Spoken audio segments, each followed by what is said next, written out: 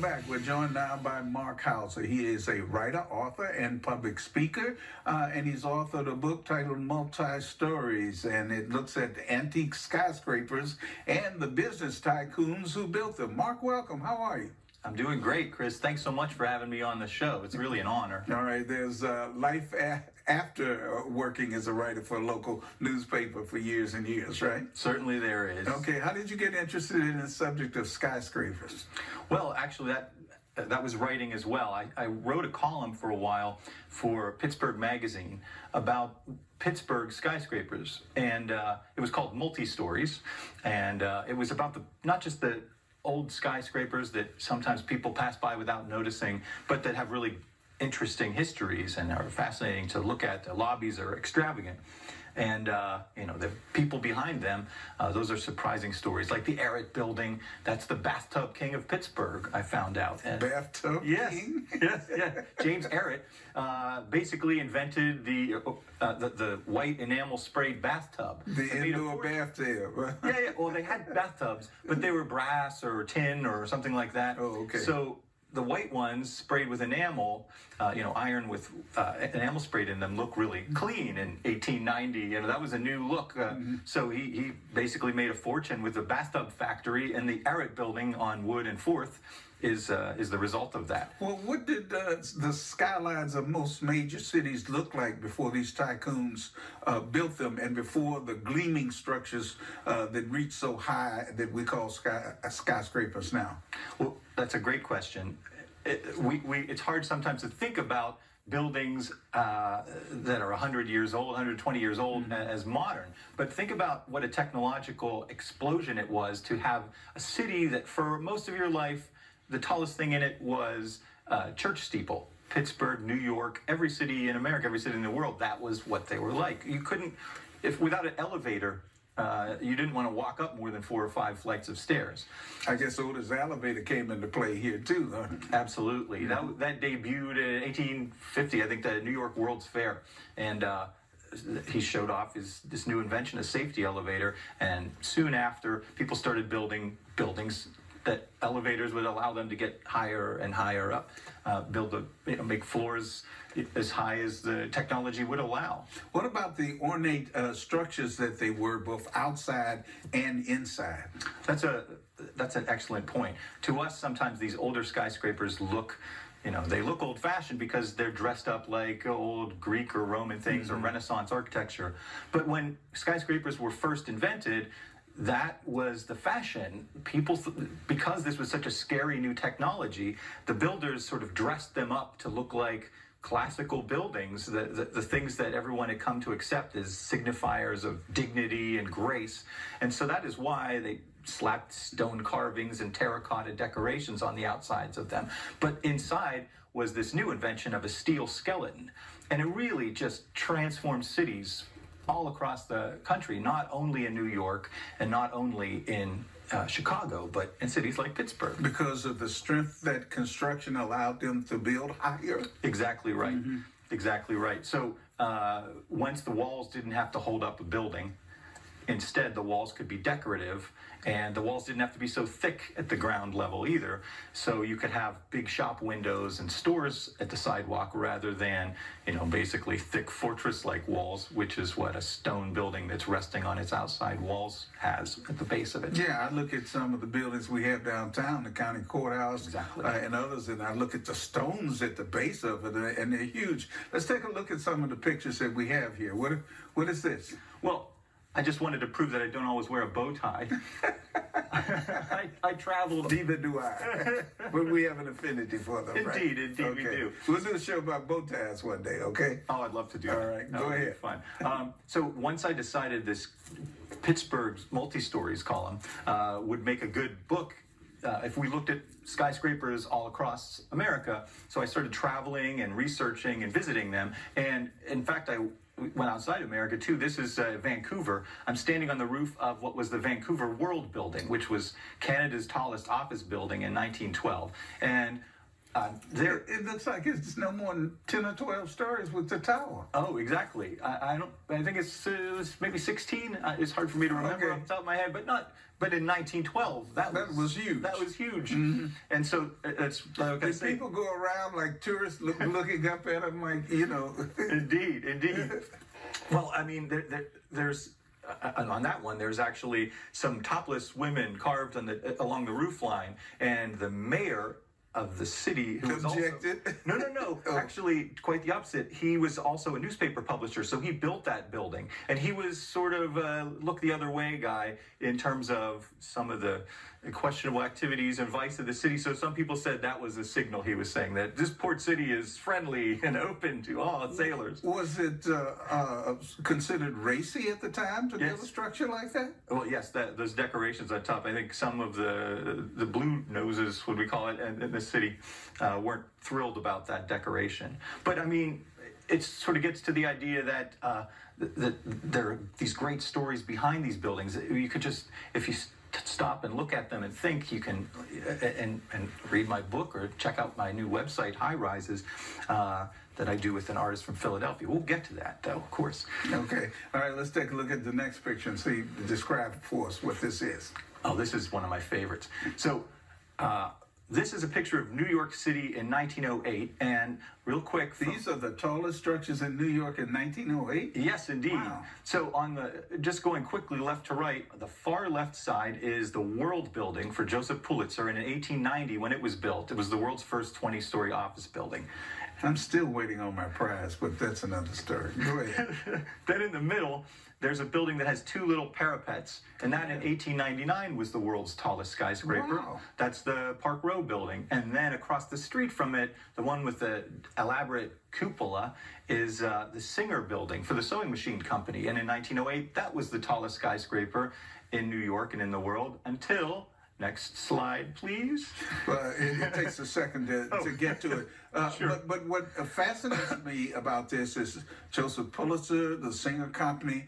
These were machine or newspaper manufacturers who, I guess at the time, had won their fortunes, and it allowed them to build these buildings. Yes, absolutely right. So these were the prosperous industries of the time, and another one that seems old-fashioned, but sure wasn't in 1913. There you go. That's the Woolworth building. You were talking about Frank Woolworth. Look at how between that's a 12, 13-year time span from that building on the left being the tallest. A major leap, isn't it? Absolutely. Well, who was Frank Woolworth? He was a potato farmer, Chris. Are you kidding me? No. I'm thinking five and dime. Come on. Well, we'll get to that. Okay. Yes, he started out as a potato farmer, but like I guess a lot of potato farmers found that a lifestyle not all that thrilling. So he went to work in a shop in town. He was in Western New York, I think Fredonia. He worked as a clerk. And he wasn't very good as a clerk either. But what he was good at is display and organizing things. So one day in the store where he worked, they did this little gimmick, which was everything on this table is 5 cents. And it was super popular. And Frank Woolworth said, I'm going to make my own business of just tables like work this. For someone else, right? Yeah. Exactly right. So he basically launched this concept of a store only for 5-cent items and later 10-cent items. And that's how he got rich. And he paid for that building we just saw in cash. With all the Woolworths. With all the pennies that he was making on profit on every 5-cent sale. And he only needed 2 floors of that building. The rest of it he leased out. So that was a really paying proposition. And it grew to be the Woolworths nationwide. Indeed. All right, what is this? This is the Woolworth building. That's the Woolworth building. It's gorgeous. Well, people need to see it.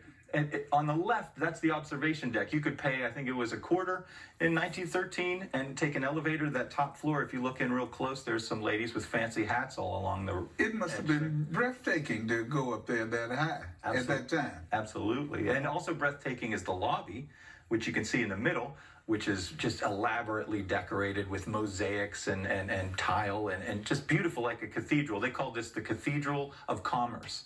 And that's Frank Woolworth on the right. He's one of the sculptors. He's counting 5 and he's holding a nickel. All his nickels and dimes. Huh? Isn't that fantastic? And now we're up to 5 and below, I think, something like that. We're well past a nickel and a dime, right? Yeah, indeed. Okay. All right, these magnets got to build these buildings. Did they compete to be more ornate than the next one, or was height the thing that they were looking for? I think both of them, really, and absolutely. Every city, you had this competition for the tallest building and the most elaborate building, because the person that built the Woolworth building, the architect, Cass Gilbert, he had a great description of skyscrapers. He said a skyscraper is a machine that makes the land pay.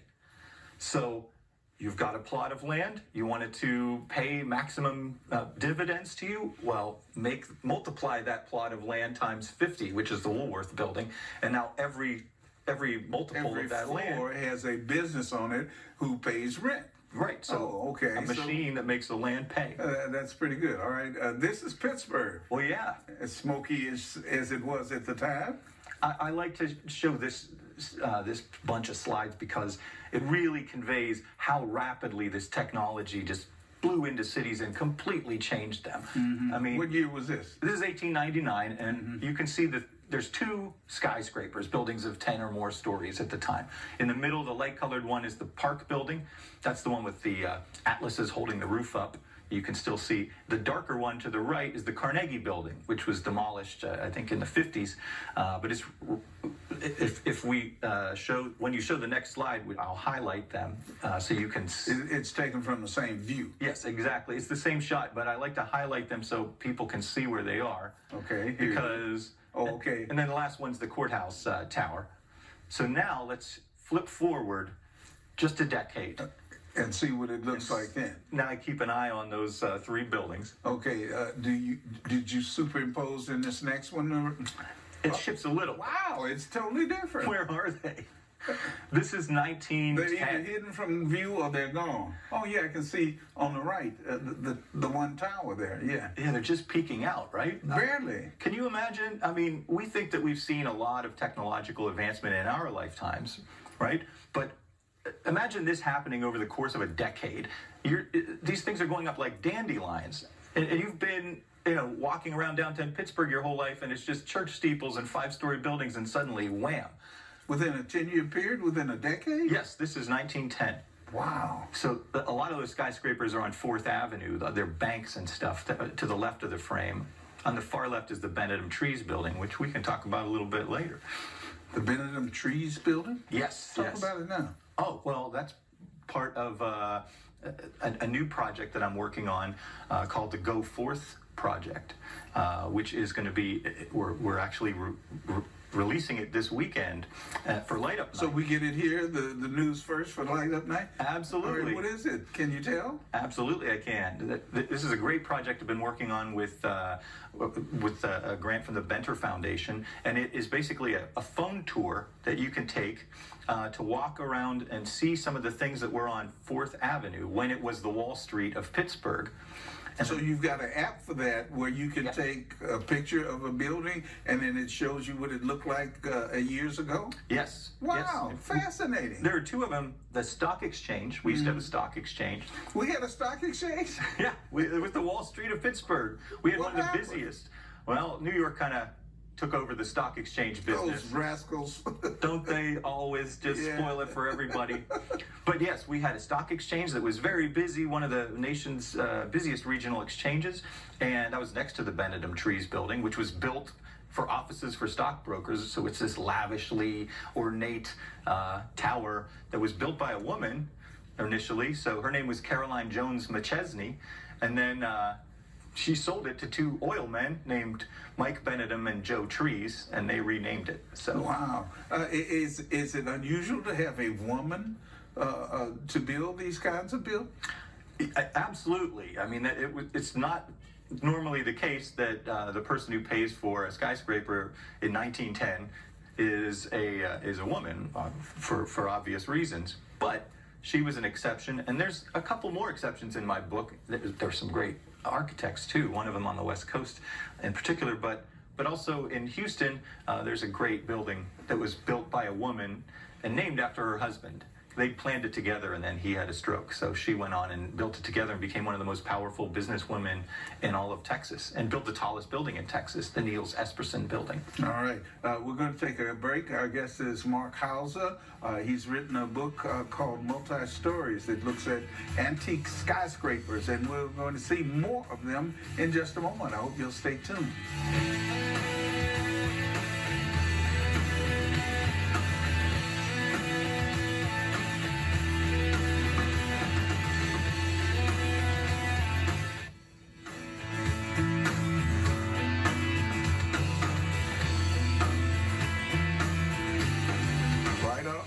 Historian Mark Hauser is our guest. We're talking about some of his latest work, some of which is to debut on Light Up Night. All right, this next one really deals with high rises, right? Yes, absolutely. Right. Let's take a look at it. This is a new project that I started working on this year with an artist from Philadelphia. Eastern Columbia, where is that? So this is a building in Los Angeles. Did a lot of them feature big clocks? Oh, well, this one, that's a great question, because this is a clock story. So just to tell you quickly what that is, highrisescollection.com is a website I'm doing with an artist from Philadelphia who takes pictures of buildings using a drone and then stitches them together in this beautiful sort of high-rise format, high resolution, high-rise. So what that is on the left is basically a poster that has my story about the building on it, and a super detailed high-res shot of this lovely Art Deco tower in Los Angeles. And who is the man then? The man is Adolf Siroti, who was a Polish immigrant who came to Los Angeles and opened a clock store. And it was that's the clock. Yeah, Eastern Clock Company. Mm-hmm. And he built Eastern Clock Company into a retail store empire in the West Coast, mainly because he was willing to sell merchandise on credit, which wasn't very popular in 1900. Wow. And so that brought customers to his store, and it expanded from clocks into furniture, and eventually he had a chain of furniture stores, and in, I think it was 1929, he opened that flagship store right in downtown Los Angeles. And from all of that, he was able to build this kind of building. Absolutely. What did construction cost in those days? Well, it's sometimes hard to judge. It was certainly expensive, but it's sometimes hard to judge the value of money because of inflation, you know. So you'll see, I know, for instance, when Caroline McChesney sold her building to these two oil tycoons in Pittsburgh in 1913, I believe, she sold it for $1 million, which was an unheard of. Yeah, it was bananas. It was crazy. She was making $1 million on a building, but it's an 19-story skyscraper. So, you know, you'd hope today it would cost more. All right, let's take a look at this next one. This has to do with the Mayo Clinic. Indeed. Okay.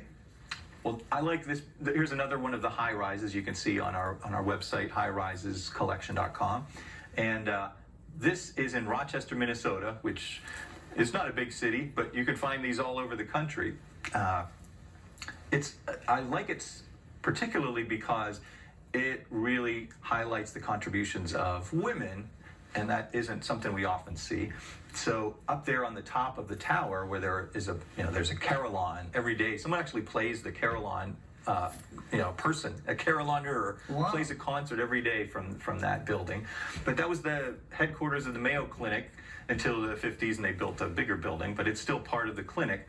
You can see Dr. Mayo and his sons, Dr. Mayo and Dr. Mayo on the bottom there, who started it up. But the reason they had a clinic in the first place is because a bunch of nuns in town raised money to build a hospital, and as long as they would staff it. So they owed a debt of gratitude to the sisters, and also to the nurses that they hired to help them with the clinic. And the one you see in the picture there is Edith Graham, who was their first professional nurse. They hired her from Chicago, and she also became the wife of one of the sons of Dr. Mayo. So you can see nurses Keep it all there. in the family, huh? Yeah, there are nurses on the building, and if you look, it's one zoomed in there, so you can kind of see that they're built out of terracotta. Okay, I know you researched. Did you find, you talked about a woman who built them. Did you find any blacks who built them? I was very disappointed. I looked very hard, Chris, because I wanted to tell stories about people you don't often hear about from this time period in this context. So I actually found some stories about gay and lesbian people that had skyscrapers. I looked They far. weren't out at that time, though, were they? Generally not. Okay, There were some who seemed more so than others, but yeah, generally they were in the closet or hidden or just wasn't talked about. And you wouldn't read about it in the old newspapers that I research, that I used to find this stuff out. Okay, and the time we have remaining, I want to get to this photograph next that tells the story of one person that you found. Was his name Horace King? Horace King. So this is a story in my book. It's very inspiring. This man was enslaved to a building contractor in the South, in Alabama, but he had a real talent for engineering, and the contractor made covered bridges, which was pretty important at the time. You have to be able to cross a bridge. So Horace King was so good at his job that even though he was enslaved to this contractor, the contractor would permit him to go on his own to building sites to supervise construction, and eventually they became so impressed with his skill that a special law was passed in Alabama in 1846 specifically emancipating Horace King, who helped to design the state capitol building. And he later became part of the state legislature? Yeah, he was this elected after Reconstruction? during Reconstruction. During, okay, all right. When in the brief window, unfortunately, that black people were elected to office in the South before that all changed. He was elected to the state legislature, and this is a monument to him that was recently built, at his gravesite. His sons went into business with him. He became a construction and architectural company, and it's such a great and inspiring story. Dr. Edna McKenzie used to tell me all the time, a historian, that there were blacks because of their skills as coopers or builders or whatever, distillers, that they were actually paid for their labor, even if they weren't emancipated, because they were so important to that. Now, you've got some projects that you're kicking off along with this app. In the time we have remaining, can you tell us about those? Oh yeah, well, especially with the high rises project, we're expanding. Every 2 weeks we release another 5 buildings. So we're right now up to 50 different buildings, including some in Pittsburgh, and there are posters, there are NFTs, really, the digital cryptocurrency art, and we've got, we're going to have an art book coming out later for your coffee table once we've gotten through with our whole, I think we've got something like 150 buildings we're getting to, so little by little.